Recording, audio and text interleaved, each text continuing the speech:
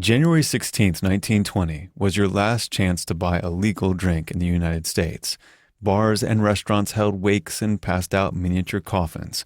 On January 17th at 12:01 a.m., the 18th Amendment went into effect, and the Federal Volstead Act would give law enforcement officials the power to enforce prohibition. The New York Times reported then that Americans cheered the final moment of a moist United States. This was the beginning of Prohibition. We were officially a dry country. But we weren't really. Prohibition made liquor sales and distribution illegal, but it didn't stop people's thirst. And in fact, you can think of the 18th Amendment to the Constitution, which said that the manufacture, sale, or transportation of intoxicating liquors in the country was prohibited, as a change to our Constitution that created an entire criminal underworld. That underworld depended on the smuggling of liquor across the border. President Hoover commissioned a lengthy report to address what to do about the enforcement of prohibition laws. The final report, published in 1931, was officially known as the National Commission on Law, Observance, and Enforcement, but it's also known as the Wickersham Report, after its chairman, George Wickersham. He'd been the Attorney General under President Taft. The report made it clear that there were serious problems with enforcing prohibition. Liquor was being smuggled from across the border, from everywhere. The report observed, transportation is by land, by water, and by air. Smuggling of liquor by land is by rail or motor, most from Canada, and some small extent by pack animals on the southwestern border. Those pack animals were used by tequieros, Mexican bootleggers working with their Anglo counterparts. According to one account, Texas Rangers in the lower Rio Grande Valley were repeatedly frustrated by a burro they dubbed the lone rum-running jackass of Starr County. Why? Because the burro had a knack for finding its way home alone to Texas after having been loaded with liquor across the border in Mexico. In 1921, federal prohibition agents stopped a car being driven by the bootlegging Carroll Boys of Grand Rapids, Michigan. The agents had been watching the Carroll Boys and were sure they were running liquor between Detroit and Grand Rapids.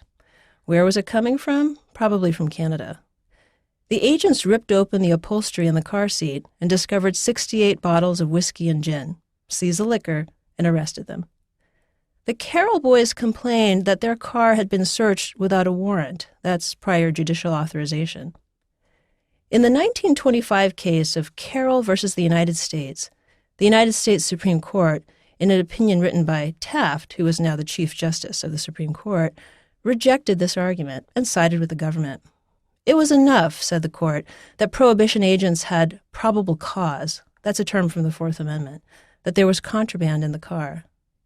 So while the government didn't need a warrant to stop and search the car, they did need probable cause. Otherwise, that would let agents search any car they wanted, for any reason or no reason at all. And here is where the court makes an interesting observation. Now, prohibition agents needed probable cause to search the car in Grand Rapids, but travelers crossing an international boundary could have their cars searched, said the court, without probable cause, because of, quote, national self-protection. In other words, there are different rules for the government when they're acting at the border. Since 1925, the idea that your Fourth Amendment rights are different at the border has been well established. You know who else really cares about the border? President Trump. His administration's interested not just in the wall, but also border searches. Searches not just of cars, but of laptops and cell phones. What does the Constitution say about the border, the Fourth Amendment, and your digital devices?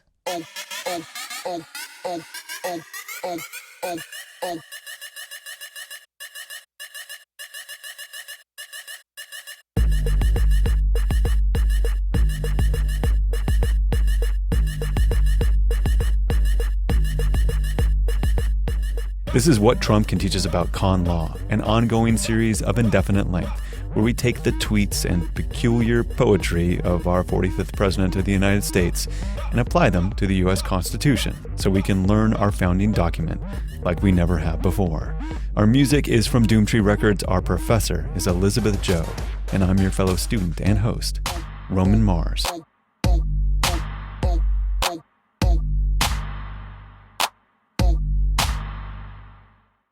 Are you hiring? Every business needs great people and a better way to find them. Something better than posting your job online and just praying for the right people to see it.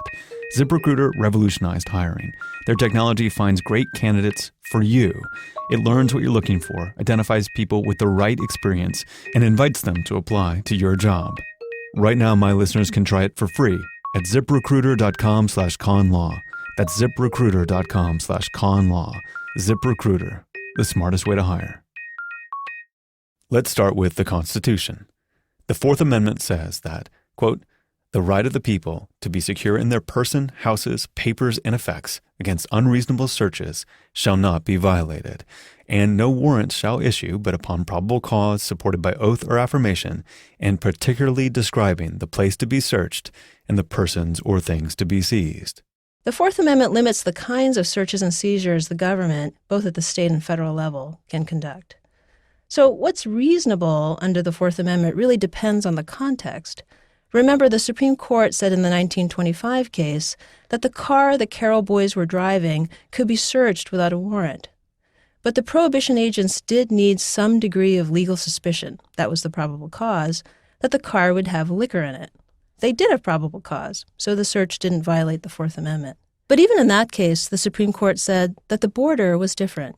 The government's power at the border wasn't an issue in the case, but it became one in a case the Supreme Court decided in 2004.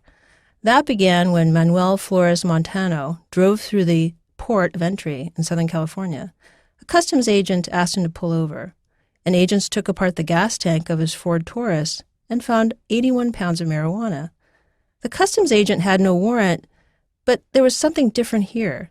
The government argued that it had no suspicion at all, and it didn't matter. No suspicion that Montano had been involved in any criminal activity.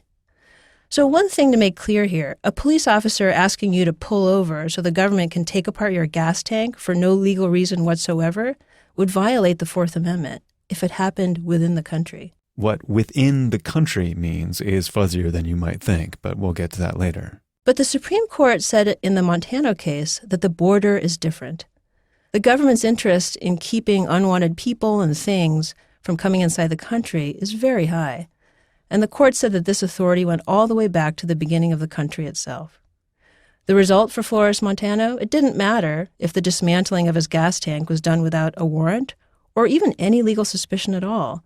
That wasn't a Fourth Amendment problem. The government could rely on what's called the border search exception to the Fourth Amendment. It seems that, at least from watching movies, and maybe I'm wrong, that establishing probable cause isn't all that hard to do.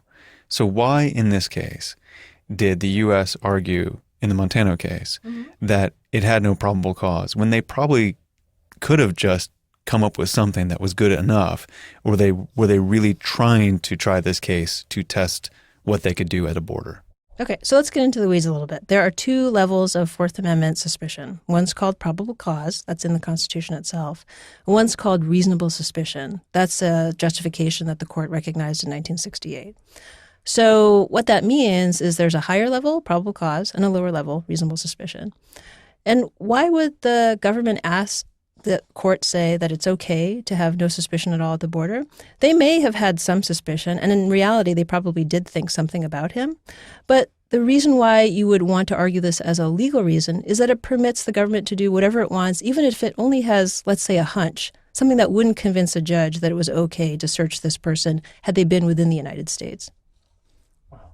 So they really are, this is a legal test so that they can do more than just stop Montano. Right. So this is an argument because they won. Essentially, the court's saying it's fine to have not only a warrantless search at the border, but a search with no suspicion at all. In reality, again, they may have some idea. They didn't just randomly pull him over. That's quite unlikely. But they don't have to tell a court. They don't have to explain why they did it. And that's a very substantial power that the government has. Now, one of the things that Trump is known for, both as a candidate and now as the president, is his emphasis on the border. He's literally tweeted about it dozens of times. On October 19th, 2016, he tweeted, "One of my first acts as president will be to deport the drug lords and then secure the border." On January 11th, he tweeted, "The Democrats seem intent on having people and drugs pour into our country from the southern border, risking thousands of lives in the process. It is my duty to protect the lives and safety of all Americans. We must build a great wall. Think merit and end lottery and chain. USA. Exclamation point. Understandably, most people associate Trump's focus on the border with building his wall and his attempts to limit immigration and travel to the United States. But the government's power at the border can affect anyone who travels into the country, maybe in ways you hadn't thought about before, and in circumstances that the Supreme Court hasn't addressed yet.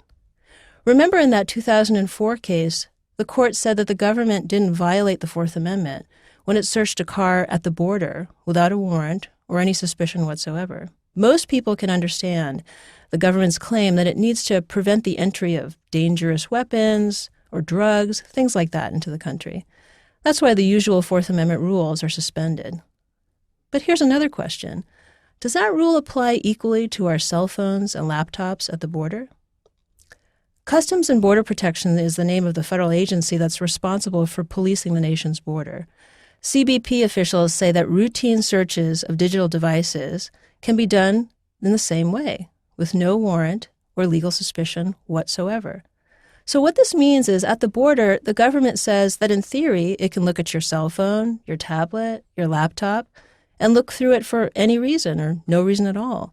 They don't have to state a legal reason, probable cause, or obtain a warrant, things that they would typically need to search the same device if it were inside of the United States. And these searches can happen to American citizens and foreign visitors alike. And the border is more than the physical border. It applies to every place where people can come into the United States, like international terminals and airports. So the question is a cell phone like a suitcase or a car? It is a container of sorts, but arguably it's pretty different. Maybe it's more like a portal to your whole life. In a 2014 case about the police, the Supreme Court said that a cell phone provided a way to, quote, reconstruct the sum of an individual's private life. But the federal government doesn't see it that way. Customs and Border Protection official policies, which were updated on January 5th, still take the basic position that the same rules apply whether they're searching suitcases, gas tanks, cell phones, or laptops. And the Supreme Court itself hasn't yet decided whether they think that those rules apply to our digital devices.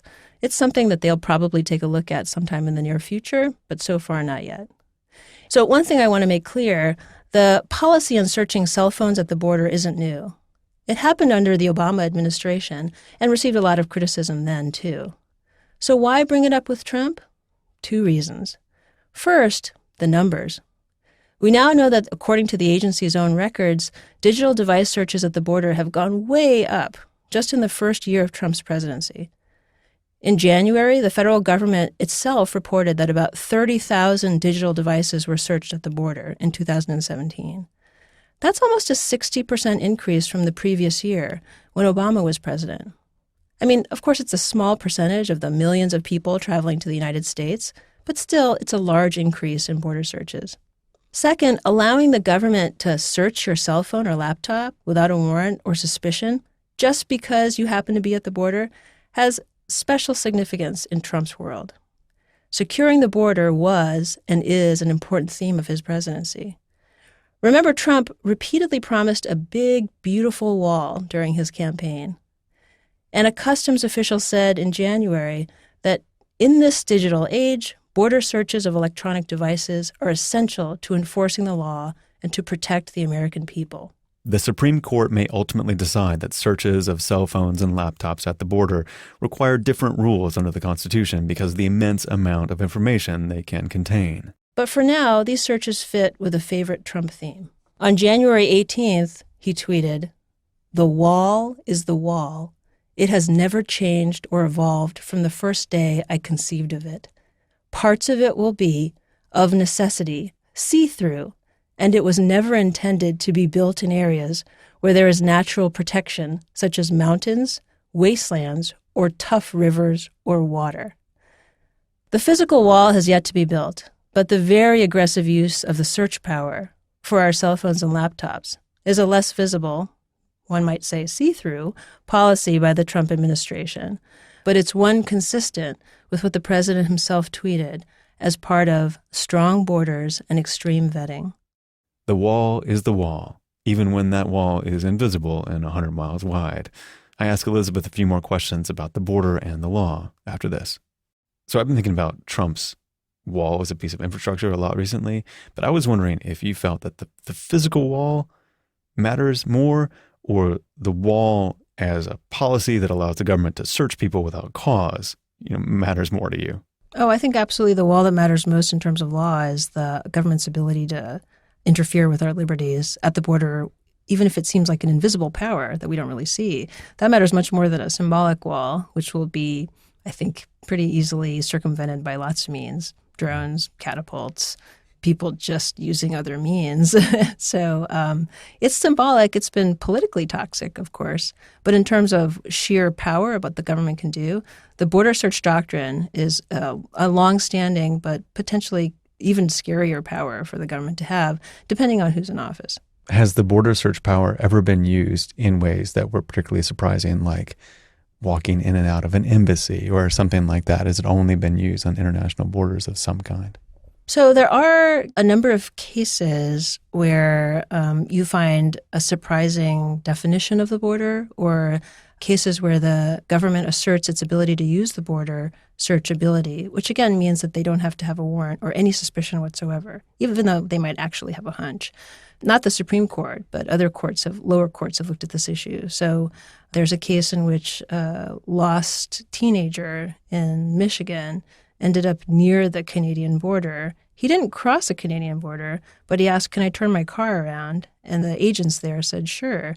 And he was in the turnaround. He got pulled over, and they found some pot in his car.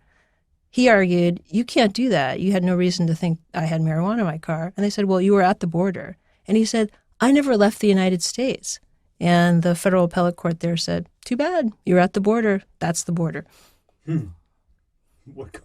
What constitutes the border? Is it like wider than I think it is? Or is it a line? Or what is it? Right. So the court has allowed the government to define the border pretty broadly. So the government has an assertion that the border for Fourth Amendment purposes can go as far as 100 miles inland. So like if you're in Michigan, like you're probably living in the border for Fourth Amendment purposes.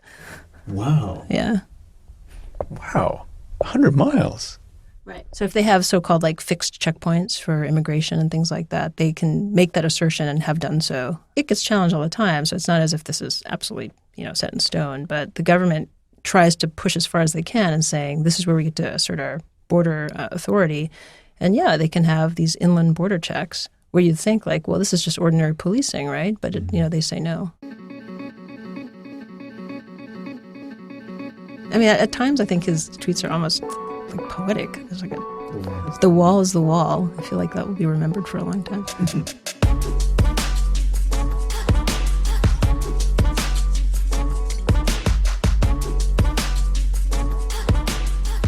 This show is produced by Elizabeth Joe and me, Roman Mars. You can find us at TrumpConLaw.com on Facebook and Twitter. All the music in TrumpCon Law is provided by Doomtree Records, the Midwest hip-hop collective. The music in this specific episode is from Dangerous Jumps, the new full-length from Shredders, a new group consisting of POS, Sims, Paper Tiger, and Laserbeak. They are on tour right now. I just saw them like a week ago. It was amazing. You can find out all about Doomtree Records, get merch, and learn more about current tours at doomtree.net. We are a proud member of Radiotopia from PRX. We are supported by listeners just like you. Also from Radiotopia, Ear Hustle.